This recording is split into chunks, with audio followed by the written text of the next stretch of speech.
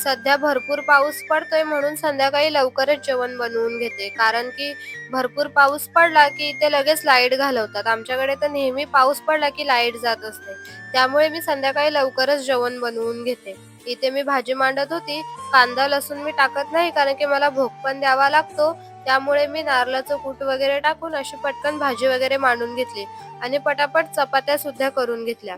तितक्यात आमच्या चाळीत एकाचा बर्थडे होता. तिथे बोलावलेलं तर तिथे जाऊन आली. त्यानंतर जेवण वगैरे झालं आणि मग लड्डू गोपालला भोग देण्यासाठी घेतला. माझ्याकडे मंदिर छोटासाच आहे म्हणून मी त्यांना खाली पाटावरच भोग द्यायचा असलं की त्यांना खाली पाटावरच घेते आणि त्यांना भोग देते.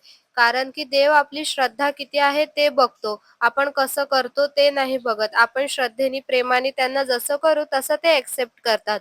म्हणून मी माझ्याकडे मोठा मंदिर नसला म्हणून मी असं त्यांना खाली पाटावर घेऊन भोग देत असते. भेटूया नेक्स्ट व्हिडिओमध्ये.